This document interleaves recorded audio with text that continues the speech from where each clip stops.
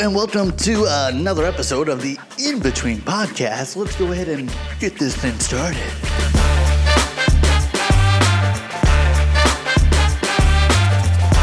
Hello and welcome to another episode of the In Between Podcast with your host, as always, Kyle McLemore. Thank you so much for tuning in, and before we get too far along in the pod, be sure to smack that like and subscribe button, as it's much appreciated and it definitely helps keep the show alive.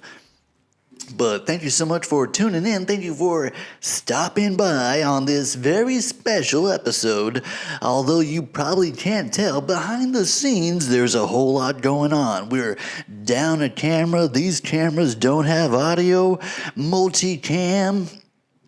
Because I'm expecting these cameras to be all choppy and gaps in between, all sorts of technical behind-the-scenes stuff that you only get here at the In Between Podcast. Oh, and did we mention how late in the day it is? You can't tell. You don't even know, dude, because you're out in the future. My future, your present, soon to be your past.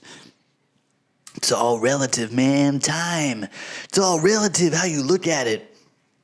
I use that sometimes, like when I'm trying to make the time go by faster, or when it's like, bored at work, or, trying to make time skip ahead. You just think, well, right now at this moment is, I'm not going to remember this. I'm not going to remember this moment at work of being bored. I'm only going to remember later when I'm out of work having a good time. And when you think about it, I'm already there. I just have to catch up to the future, you know what I mean? But anyway, although you can't tell, it's quite late. Although that's not really saying anything because the sun goes down at like 4:30 now. But you can't tell, but we've had a full day of work and now we're back in the studio. Am I tired? Yes. Do I want to do this? Honestly, yes. I was thinking about that as well because more fun behind-the-scenes stuff. There was like an episode or two of the Gringo Guapo. Looking to... This is a real... Got the lights all at different angles. But you know the motto here at the In Between Podcast. We're just plowing ahead. Is poor quality content better than no content at all? I think so. And when it goes back to thinking about earlier, those few pods, I think it was like a pod or two ago on the Gringo Guapo. Oh, it was the Halloween episode, man. The Halloween episode could have been 14 times better. Specifically 14. I don't know why 14, but could have been so much better. Because, dude, I had different angles. Dude, I had different backgrounds for each angle. I had different graphics. Dude, the original cut of the Halloween episode was a banger. Unfortunately, talked about some rendering issues, talked about some exporting issues, talked about some media encoding issues. Could not export that video to save my life. I think it was all geared up to premiere the day before Halloween, which would have been amazing. I think it didn't end up premiering until like the day after, because it takes so long to export, dude. It's like 6 hours just for it to fail at the very end. It's like, all right, well, let me adjust this. Let me try this. Render for 6 hours and then fail at the end. It's like, all right, well, let me take this out, adjust this, mix that up. And it was just a butchered, it still turned out okay, but it could have been so much better. But, yeah, talk about, they say find something that you love doing or that you're passionate about. And would I have woken up in the middle of the night at like 3 a.m. so many times just to see it say like failed? I'm just like, I have to like redo it, export again. Come home on my lunch break, run in to see it on my lunch break, failed, redo it again. Is that something that I would do for like, my normal 9 to 5 job? Wake up super early for no reason, or on my lunch break run home and like still be working on my 9 to 5 stuff on my time off. I feel like that's a real indicator, trying to up the energy, a real indicator of how much I enjoy doing this, how much I am willing to sacrifice. For example, coming straight out of my trabajo into the studio, trying to bring that entertaining content to you. But trying to get all hyped up too, listening to some music. That's usually what I do when I try to get into podcast mode, is not only inject the caffeine, but also cranking the tunage. And lately I've been fiddling around with more artificial intelligence, because Spotify has a new AI DJ. And it's very interesting because it's like, it's a good example of like AI in general, because like when it's working, it's working. When it works, it like is like banging out, because it does like a mix. It's like, all right, hey Kyle, in that robot voice. Hey Kyle, it's me, your DJ. Here's something you've been listening to. There's something you just can't get enough of, and then it'll play whatever. Or hey, here's something from that summer that. Here's a few songs from the summer that you just couldn't get enough of. But then it kind of like, is still working out the kinks, because it's like I also listen to Spotify like sometimes when I'm trying to relax or when I'm trying to go to sleep. I'll play like, Japanese spa music or whatever, where it's just like raindrops and then just like bang, bang, bang. Bing, bong. Just like meditation music. Or just like a Native American wind flute, just like the Kill Bill wind flute. Just bing, bong, bing, bong. So I'll listen to that just randomly when I'm trying to relax or wind down.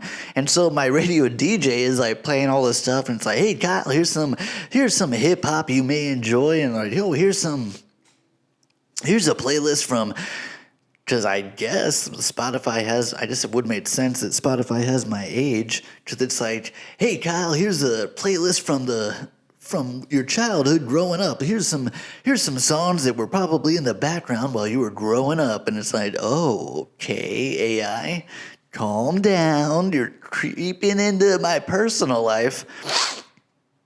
But yeah, so it's playing like, pretty decent playlist. And then it's like, hey, Kyle, here's something else you've been listening to right after like, all this hip hop and like rock music. And then just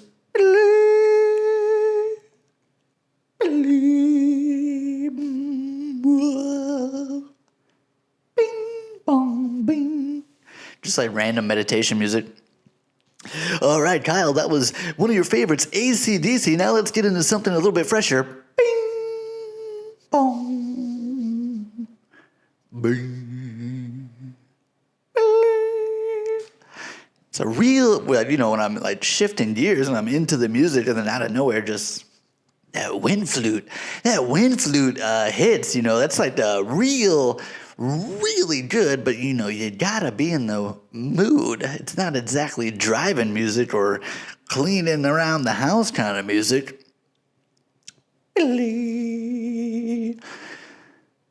But yeah, what else is new with you guys? So try to keep it going. What else is new? There's a lot of like new movies and stuff that I've been watching, and lots of, not really lots. We're approaching, unfortunately, the end of the year, so there's only like a limited amount of things that are left in theaters. I was going to talk about Napoleon. Napoleon is probably one of the biggest ones that I'm looking forward to. How can you not? You know what I mean? Joaquin Phoenix, Ridley Scott, the dynamic duo back in action. Also, I'm down for whatever, dude. Joaquin in anything. The last thing I saw him in was that Beau is Afraid, and I'm still kind of afraid of that movie. That was such a experience of a film. Talk about a weird meshing of... Normally I would say comedy and horror kind of like have a weird relationship where it's like when it's done well, they are a beautiful pairing, but that Ari Aster was like, I don't even know how to explain it. Like it was so, the type of comedy was so like weirdly slapstick, surrounded by pure, like, disturbing horror. So it's just like this really off-putting. Honestly, that's a movie worth rewatching. I remember walking out of that movie like dumbfounded, like speechless. That movie left me speechless. But anyway, Joaquin pairing up with Ridley Scott for Napoleon, and I'm all for it. Even though I think I looked ahead and it's like, 2:45, 2:40 whatever, basically 3 hours. Which Napoleon I understand, because it's like there is a lot of story to tell with Napoleon. There's like a good amount going on, so I can understand almost like that's something I'm okay making a two-parter. Got Dune. Is Dune Part 2 coming out this year? I was finally able to finish Dune Part 1. Dune is so... On paper, Dune is like so up my alley. On paper, Dune is like... It should be like literally almost made for me. Like, that is so the type of sci-fi that I am usually into. That's like deep, hardcore sci-fi, dude. That's like the kind of sci-fi that, like, they don't try to like spoon it to you at all. They're just like off and running, and you just dropped into the middle, and it's just like you gotta like really be on your toes. Because with Dune, it's like, man, it is so political, and like so many like different races and like different like countries and planets, and like the Deblorgians. The Deblorgians are trying to reverse the treaty that we signed back in the year of Stardate 2903. How dare those Deblorgians? Do they dare mock the Chinorclins? Dune doesn't play. And then that mixed with like, geez, yeah, Dune is like straight on the gas on the sci-fi meter, and it's like usually that's my type of jam, but for whatever reason, Dune is like my NyQuil, dude. Dune is basically like Sudafed or any kind of allergy medicine. That's why I hate taking allergy medicine, because it just knocks me out. But Dune, other than the soundtrack, that movie puts me to sleep. Love that soundtrack. Or whatever. Yeah, man. For the original Dune, too. I've tried to watch original Dune before they even started remaking the Dune. And I was still like, I would start it and just instantly just be like, okay, oh. Same thing with the new Dune, dude. I was like, well, surely this Dune will keep my attention. New updated effect Dune? New Jason Momoa and Josh Brolin Dune? New Charlemagne? No, what is his name? Not Charlemagne. Oh, man. There's one place where I blanked, and it's right here, right now. Charlemagne? What is his fucking name, man?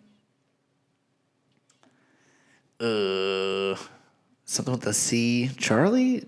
Oh, dude, mega blanked, and way to bring my momentum to a stop. Timothy Chalamet. Surely Jason Momoa, Timothy Chalamet, Josh Brolin infused Dune will keep my attention, but even still, dude, I started it, and did I see it in theaters? I don't know. If I did, I must have not. No, there's no way I saw it in theaters, because I would have remembered being so. Did I see it in theaters? Dude, I don't even know. I would have remembered that. I would have remembered that on the speakers. But finally, now that it's on Netflix, I was finally able to break it up into like bite-sized pieces and finally finish it. And then I still got part 2 to do. Once you get into it, I had to like try a couple times, but once you get into it, because I think came out on Max before it came out on Netflix, and even then, I think I tried and still just couldn't do it. But got part 2 to look forward to. It's okay once you kind of get into it. Once I'm in the mood for that type of hard sci-fi, then it's pretty good. It's not bad. It's interesting to see part 2. We'll see what happens. Dune. What else we got coming out? Or what else did I see? Should we talk about what's coming out, or what have I seen? Because, I've seen the Marvels. You want to talk about Marvels? Everybody's hating on the Marvels sequel to Captain Marvel, the long-awaited sequel from 2017 or something like that? 2019? 20 something around there, teen? Something around 4 to 5 years ago-ish. Original Captain Marvel. Everyone's kind of bombing on it. It's, in my opinion, okay. In my opinion, it's all right. It's also got the shortest. I think it holds the record for the shortest runtime as far as Marvel movies go. Which to me, I considered a huge plus. All right, I'm all for shortening up those runtimes, dude. So shorter runtime, multiple characters. Got that Ms. Marvel. I think her name in the movie is Kamala Khan. Ms. Marvel. Insanely charming, dude. Without a doubt, she is the strongest part of the movie. Without a doubt, she is the most entertaining part when she's on screen. Iman Vellani is her real name. Kamala Khan. Really entertaining. Really, the best parts of that movie are her and her family and her interactions anytime she's on screen.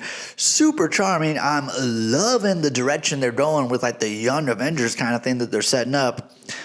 I'm all for it. Good stuff. Not so much anything else. There wasn't too much else that jumps out at me. It's kind of boring. The villain is kind of not interesting. Brie Larson is whatever. Teyonah Parris, who's Monica Rambeau. That part was throwing me off because I know Brie Larson is the same age as me. Oh. And then Teyonah Parris is 2 years older, but it's maybe I missed something with the whole blip, when Thanos snapped everybody. Maybe that made some more sense in the timeline, but she's supposed to be 10 years younger. In Captain Marvel, the first movie, Monica Rambeau is a child. She's a kid. She calls her Auntie Carol. She's a 10-year-old kid. And so now that she's older, and that also takes place in 90 whatever, so 10 or 15 year jump. But you get an actress who's older than the lady that she's supposed to be 10 years younger. It was just a little bit weird. It just always threw me because it's maybe it made sense, I'm saying, with the snap thing. Maybe it made sense because she time jumps, but it's just weird that it's oh, she was 10 to 15 years younger than you, and now all of a sudden you guys look exactly the same age. You know what else was the big marvel of that movie? The big, huge, voluptuous marvel of that movie, dude, was Teyonah Parris. Not only is she gorgeous, not only is she she was good, she was fine. She didn't steal the show. I'm telling you, Kamala Khan, it's kind of lame that I keep calling her by her character name. Iman Vellani is the show stealer in that movie, but you know what else is stealing the show in Marvel's, dude? Teyonah Parris. Such a distraction in the scene, dude. Such a distraction, dude. That girl. How do I put this delicately, dude? Her booty was out of control, dude. Like, so distracting. So, like, dude, even at the beginning, she's in, like, an astronaut suit. There's, like, 4 astronauts just floating in space. And you would think that, like, everyone's got more or less the same basic size of astronaut. There's not, like, a lot of variety or, like, a lot of, like, figure-hugging astronaut suits. It's all just kind of like, Neil Armstrong walking on the moon astronaut.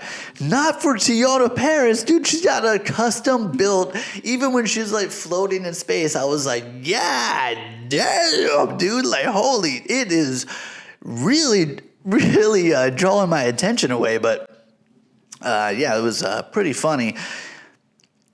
Spoiler alert as well, if you haven't seen it, with the after credit scene, that don't impress me much. I don't know. I just, up until now, I've been very curious about how it was going to go. I'm sure they've been hard at the workshop trying to figure out, how do we get the mutants over to the MCU, dude? How do we get the X-Men to jump over to what we've already built with all these Avengers? Because up until now, there's no whisper of any mutagens, of any like mutated people's powers. It's just you got superpowers, but no mutants, you know what I mean? And so I've been very curious about how they were going to do it this whole time. Is it just like no one's heard of them till now? Is it like they've all been working underground? Have they been here this whole time and we just forgot to mention it?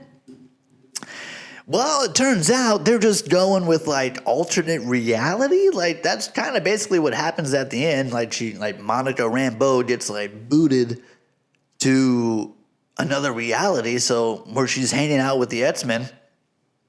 And so I'm assuming they're going to want to rescue her and bring her back. And then maybe some other X-Men are going to want to jump over with her. I thought maybe they would like do something more creative. That's why I'm still kind of holding out hope for Deadpool. I thought Deadpool would be the jumping point because as far as I remember, I thought Deadpool was like confirmed as being like canon in the Marvel-verse. It's actually been a while since I've seen Deadpool 1 or 2, but I thought he was like canonized. I thought he was like brought over to what we consider to be like the main Marvel universe. And I thought that's where we'd have the mutant jump with the, X-Men. And it's got the big news on that one is having Hugh Jackman as Wolverine. So there's a mutant connection there. But I don't know. So we'll see, hopping realities. Maybe finally that's how we get Doom. Maybe finally Doom does a universe jump or something, Maybe if you see the Fantastic Four, then you got Doom. You can't have Doom without Fantastic Four, unfortunately. Such a good villain, so badly wanted in this universe, but like can't do it without the Fantastic Four, I guess. So try to work one, can't have one without the other. Now that the whole, Jonathan Majors thing is kind of spiraling out of control. Now that the whole Kang the Conqueror thing is kind of like, never mind. Talk about just like setup after setup after setup after here we go, Kang the Conqueror. Oh, wait a minute, no, skip, forget about it. Never mind. Let's just pivot, do a quick little pivot into something else. It is unfortunate. Talk about having the whole world. I talked about having a whole just like set up on a silver platter, like here you go, and then at the last second just like trip and just spill everything. I haven't looked it up for a while. Can anyone confirm to me if any of these alleged accusations or whatever happened with that dude is even like have any like legitimacy to it? Because I vaguely remember something domestic-ish, something getting like too physical in a fighty kind of way with like his girlfriend or something. But then I remember something about like his girlfriend being like, "Dude, that was my bad. I shouldn't have called anybody. That was my bad. I'm sorry." So it's like I don't know what's real or not. What's like, was he just like accused of, and they were just like, "We're done." Nope. Because the talk about, having the whole universe being set up for you to be the new bad guy, and then just last minute, just like, and then we're going to do something else. Like with Loki, dude. Loki's done. Loki is over, dude. Season 2 finale was pretty darn final, if you're asking me. They definitely sewed it up just in case. More like, not just in case, more than likely, that show's done. Because a lot of that show depended on Jonathan Majors. And it's like, well, if we're pivoting, we kind of have to, call it a wrap. And the way they do it, I don't know, people are, loving season 2. And I'm not trying to say that it's bad. Maybe I did it to myself, dude. Maybe it's all on me because season 1 is my jam, dude. Season 1 is where it's at. Season 1, everything about the aesthetic, the cinematography, just the look of that show, the music, dude. The music on that show is insane. Tom Hiddleston as, Loki. Fantastic. But maybe it's just because I enjoyed season 1 so goddamn much that, season 2 just can't live up to the bar that I set. Because it's it's not necessarily that it's bad. I'm just kind of meh. Every episode, I just keep feeling why don't I feel the way I did with season 1? Every episode, I'm just okay, I guess. And then, same exact thing, dude. Same exact thing I talked about with the Winning Time with the Lakers show. Same thing with the Loki, where it's as the final episode is coming to an end, I'm just oh no, dude, they're wrapping it up. Sew up the bad, cause we're done. And then, such a slap of the face, huh? Such a slap of the face, huh? What's the matter with you? Because, at the end, it's just a slow pan on Tom Hiddleston, Loki. And they don't even give us the Loki grin, dude. You get, a Loki smirk. He's just the end. Loki. Instead of the Tom Hiddleston grin, dude, the Tom Hiddleston Loki grin, that's basically been trademarked as the best part of Loki for the last 8 years or whatever. Or more than 8, dude. I think I was reading about Tom Hiddleston being yeah, what a crazy 14 years. And it's oh boy. Talk about, man, it just sucks that they gotta chop it at the end. It's no, we had a whole thing, but you know what? Anyway, no, we're donezo. Yeah, Loki, unfortunately, not the most. I don't know, cause maybe it's just, I'm pretty sure it's just me, because it's online, Loki is getting crazy love. There's people loving the finale and loving the hell out of season 2, but it's just I don't know. I think I just really enjoyed season 1 way too much. Can't get enough of that. He's got such a toothy grin. Loki, good stuff. And then speaking of a toothy grin, you guys see that Fassbender? I got to have a Fassbender back-to-back coming up, or I already did actually, because I went to the Monday Mystery, and I got the early screening of Let's Go Wins, the Taika Waititi joint. With Michael Fassbender, loosely based on a true story, the football, aka soccer as you call it. That movie, you want to talk about charming, dude. You want to talk about Charmsville. You go see Let's Go Wins, dude. That movie is irresistibly charming, dude. That movie, not only is it legit funny, dude, it's got that very Kiwi humor, that very New Zealand kind of humor, that very Flight of the Conchords kind of humor, if you know what I'm saying. And it's legit funny. And it was nice to get a nice variety of the Monday Mystery, because the last few have not only not been good, but they've also been very heavily like horror genre. So it's nice to not only get like a comedy, but a comedy that's like actually funny. It was good. And then Fassbender's good in it, man. Fassbender, it was cool to see too. Like, it's kind of rare, I think. I'm trying to think of other times, but I think it's relatively rare to get like a goofy, funny, more lighthearted Fassbender, as opposed to The Killer on Netflix, which is like a much more up the lane of usual Fassbender stuff. The Fassbender David Fincher, I think is his name. David Fincher joint, director of such classics as Fight Club and something else that I can't remember but is very well known. And that movie, I was so looking forward to the contrast too, because I knew, first of all, I called it, and I knew it would be Nets Goal Wins for the Monday Mystery.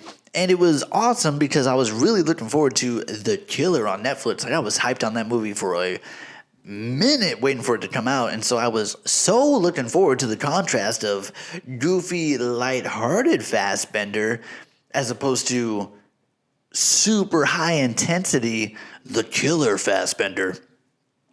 And The Killer is good, dude. Add it to your list.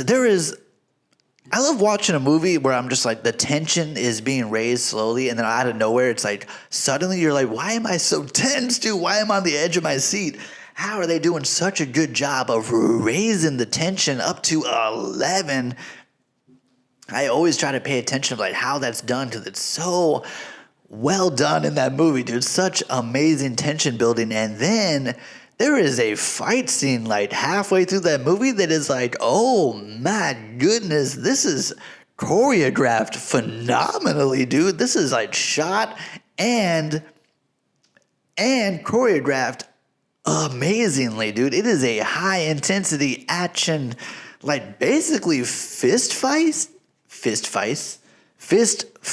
with like Michael Fassbender versus like the biggest dude ever. Like, it's just like this gnarly fight that is done so well. I was just like, I just remember after the fight thing, I like paused it, was like, okay, now I can go use the bathroom and being like, yeah, damn, that was like entertaining fight scene.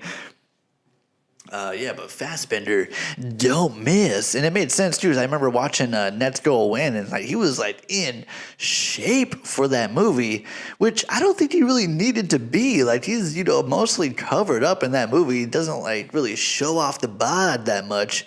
Shows off like his legs, and like his calves look insane. Like, I saw that. I mean, like, it made sense. He's like a soccer player, but I was just like, dude, Fassbender with the legs. But yeah, he was like super in shape. So then when you see The Killer, and it's like, oh, it made sense. That's the movie you were in shape for.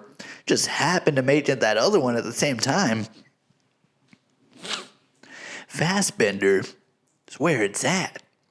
Best part of, for sure, that X-Men franchise, I guess that is like the most recent X-Men kind of, not the OG Wolverine, the younger Days of Future Past whole thing with the dude from Split and Michael Fassbender as arguably the best Magneto. Oh, no, dude. Ian McKellen is the best older Magneto. Fassbender, best young Magneto for sure. Best part of every single one of those younger X-Men movies. I can't remember the first one, what they're all called. X-Men, Days of Future Past, X-Men, Apocalypse, X-Men, something.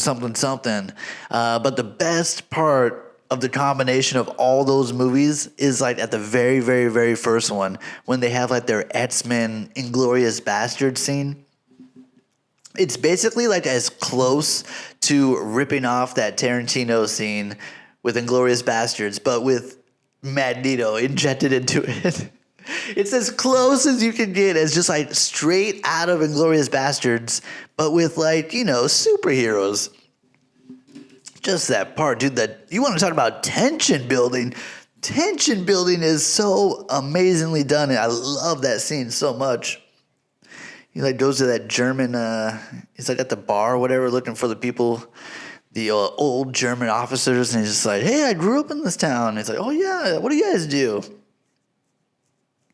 Or what does he say? He's like, hey, what were your parents' names? He's like, they had no names. Their names were stolen from them by a pig farmer and a tailor. And he's just like, they're just like, oh, ooh, talking about us being Nazis. Oh boy. Dude, such a good scene. Definitely the best part of it. Even like the combination of all those movies together does not match that one 2-minute scene, dude. So good that it spawned all those sequels. But yeah, Fassbender killing it as usual. That movie, The Killer, really lived up. I was a little bit afraid. Sometimes I overhype it in my mind where I'm just so hyped up about a movie and it just can't live up. Even if it's good, I'm still like, meh. But Killer was good. I enjoyed it thoroughly. And then we've got other stuff coming out too. Getting closer. Now that it is in November, we've got Thanksgiving to look forward to. Not just the holiday, the horror. And the more and more I see of Thanksgiving, like the more and more I'm kind of like into it. At first I was like, nah, dude. I saw that, man, I know I talked about it before. It's a Wonderful Knife, dude. I thought it was more up that lane, but Thanksgiving looks like It's a Wonderful Knife if it was done correctly, dude. Like the more I like see the trailer, I'm like, oh, okay, I can kind of dig on this vibe. And then it's like, hey, Eli Roth is all up in it, and it's like, hey, I can dig on that too. Sure, you know, he doesn't hit it out of the park every time, but when he hits, Eli Roth hits, dude. If I'm not mistaken, isn't he responsible for Hostel, dude? Isn't he responsible for the original Nar, dude? Hostel destroyed my reality of like what an R-rated movie is, dude.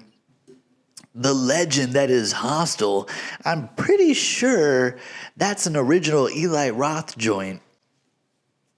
So I don't know, like, you know, it looks silly but not too silly. It looks like horror but not too horror-ish. It looks like it's doing a good job of walking that tightrope right in the middle of not too much on either side.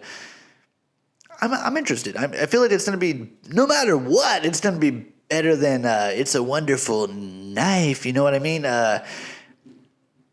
Although maybe that's raising the bar too high. I don't know. We'll see. I mean, you know, I think it comes out either this weekend or next. I'm not sure. What's the other one that comes out this weekend? Not Thanksgiving. It was something else. Hunger Games. Which, again, meh.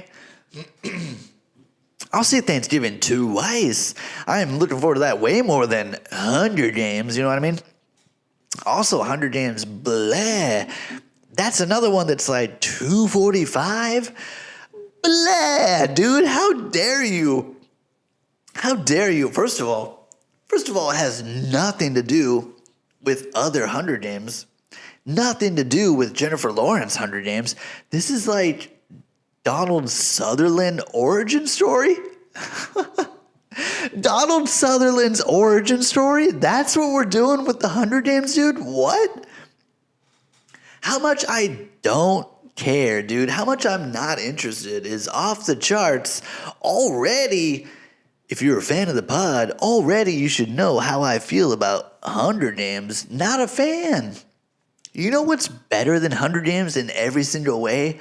Battle Royale. Battle Royale is basically the original, dude. Hunger Games is a total rippity-skippity on Battle Royale. And where they really part ways is that Hunger Games isn't even about the Battle Royale, dude. Hunger Games isn't even about the Hunger Games half the time, or like 3/4. Hunger Games is about the drama. Hunger Games is about like, I don't even know, dude. The before. It's all about the before. And then when we get to the Battle Royale, it's just like nothing, dude. It's such a PG-13 Battle Royale. if you're gonna have a movie about like, dude, you gotta go with the R, dude. You gotta go Battle Royale. So much better. And then, you know what I remember from Hunger Games? I remember Peter. That's all I remember, dude, is I just remember that dude. Because I think I had to see, like, number 2. I had to watch number 2, like, 40 times, dude, when I worked at the theater. And that's all I would hear all night long is just Peter, because he's so useless in that movie, and all he ever does is just get hurt and is just constantly dying. But I don't even know what it's called. Hunger Games, Dreams of a Bird and a Snake or something. Hunger Games, the Song of Snakes and Songbirds. What the hell, dude? What kind of a crazy title? And then you're going basically 3 hours on a prequel? A prequel that takes place like 80 years before the original, dude. Talk about just leaving me with nothing interested about it, dude. Because it's like, I know it's going to be boring. I know it ain't going to be about the Battle Royale, dude. I know that. I know it's going to be about young Donald Sutherland. I don't know. Okay, here's my Hail Mary for Hunger Games. Ready? Young Donald Sutherland has to, like, be the sponsor of that chick, and then he starts to like that chick, and then he has to betray that chick so he can become Donald Sutherland of the Hunger Games. There you go. I just spoiled it for you. There you go. Haven't even seen it, and there you go. I'll bet you anything that is basically how that movie's gonna go. And so, as you can tell, I can't wait. And then maybe Jennifer Lawrence will show up as a baby at the end, like, oh, I can't wait. I wish I was a Hunger Game. See ya in a few years, I guess. Katniss Everblaze. Katniss Evergreen Terrace, or whatever her insane name is. Katniss, I wonder if that name ever took off. You would think, like, the pure popularity that movie had and still has, because you're making this crazy prequel, sequel, 3-hour, what do you do in Hollywood kind of a movie. I don't know. We'll see, I guess. See what kind of juice that songbird or snake has. Other movies, Aquaman 2, that's like one of the big final movies of the year. Aquaman 2, that we've all been dying for since Aquaman 1, right? Everybody's just dying for the deuce. And speaking of the deuce, it's the return. That's what it should be called, dude. Aquaman, Return of the Deuce, Amber Turd, the Unflushable. Because that's the other big thing, too, is that not only do we finally get our sequel to Aquaman, we finally get our comeback of Amber Heard. Oh, you thought Hollywood wrote her off? Oh, you thought that she was blacklisted? Why? Because she's over here dropping deuces with Johnny Depp's bed? She's over here dropping logs off at the chocolate factory. Over here dropping logs over here for Captain Jack Sparrow. Oh, you thought she was done just because of a little thing like pooping on a bed? Well, think again, because thank goodness she'll be back for Aquaman 2. And can we all agree that you gotta have her back. She's clearly the best part of Aquaman 1, right? With, like, I think I remember something vaguely about, like, her accent floating in and out, and, like, I don't even remember her, honestly. But it's good to know that she'll be back for 2, and this should be the final version of this final interpretation of this particular Momoa Aquaman. I think we'll be seeing some Momo Lobo in the future, some Lobo Momomo. Lobo Momomo, Jason Lobobo, because those are the rumors, and that's like, when you look like on a piece of paper next to each other, Jason Momoa and Lobo looking pretty similar, and even like in attitude, and they both are like crazy about motorbikes, dude. Like, talked about being pretty much born to like play somebody. Talked about like life imitating art. They're basically already the same dude. Just let them play. So we'll see. I don't know. Aquaman 2. Not really. I don't even know how to. I can't even remember the Uno, dude. It's got guy from Insidious coming back, not knocking on the red door of Atlantis. He's back. So we'll see. Thanksgiving, Hunger Games, Aquaman. That new Zack Snyder trailer dropped. Zack Snyder, Rebel Moon. I don't even think that's the full title. Zack Snyder, Rebel Moon, Rising Sun, Rebel Moon. I mean, visually, dude, it looks stunning, as does every single Zack Snyder film. Is there any Zack Snyder film that is not at the least visually stunning, dude? Although, yes, is it all green screen? Yeah. Does it look amazing? Yeah, dude. Does it have like the best story? No. Crazy dialogue? Yeah. Just like insane. Always not the best, but visually, dude, it will rock your socks off. So, and it's like all him too. I think it's like, his story and his everything. He's doing a real Robert Rodriguez where he just does the whole thing. Like, writes it, edits it, does the whole shebang bang. His own production company. Yeah, got that to look forward to. I mean, and it's, one of his straight to Netflix jams. And it's also a part oneer. So we got more moon rising or whatever, bad moon rising over the rebel fire sky, whatever you want to call it. Visually, I'm looking forward to it. I'll bet you, without even having to look, it's probably 2.5 plus. There's no way it's less than 2.5 hours, and I don't even have to look, dude. I already know it for a fact. Wonka too. How we doing on time? Wonka.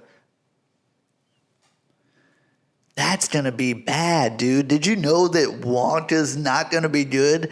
Timothy Chalamet. I'm looking forward to Dune 2 way more than Wonka. Wonka, dude, like, it's just so, with the whole origin story, but why? Why does he like the chocolate so much? How did he get so good at chocolate? Where did the Oompa Loompas come from? I gotta know. These are the answers, right, that everyone's constantly asking about Willy Wonka. Will he or won't he Wonka? Not expecting the best out of that one. And then also, very curious about that Godzilla -1. I mean, first of all, what a title. Godzilla -1. Visually looks awesome. Visually looks like some prime-time Godzilla action. But it's also, it looks like the type of Godzilla that's like, he's not really fighting another monster. He's just kind of fighting Tokyo. Which is always a tricky rope to walk, because I can't help but feel really bad for Godzilla. Because he never seems to be like, purposely doing stuff. He's just kind of like walking around like, oh, oops, sorry, didn't mean to step on your entire city. And then all of Japan is like, destroy him. Nuke him. Godzilla's like, dude, I'm sorry. I was just walking by. My God. Don't make me ultra laser blast you.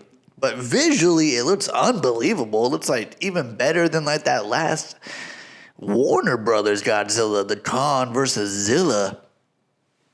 What is going on with the Zillaverse? Like, there's like an Apple show, Monarch, the monster hunters of Godzillaverse. I don't know. I mean, I'm always interested in Godzilla, just give me more of that, the sound of him roaring or whatever. I think that covers most of the movies I wanted to talk about. That covers most of the stuff I want to talk about. I'm starting to actually lose out on the old voice here. But I think overall, considering like what time of the day, considering how much I've already worked today, I consider this to be a pretty decent episode. And I thank you so much for not only stopping by, but for sticking with me this whole time. If you made it to the end, then you're a true OG fan, and I appreciate it. And if you haven't already, make sure you hit that like and subscribe button, as it's much appreciated, and it definitely helps us stay alive. I am your host, as always, Kyle McLemore, and we'll see you next time on the pod.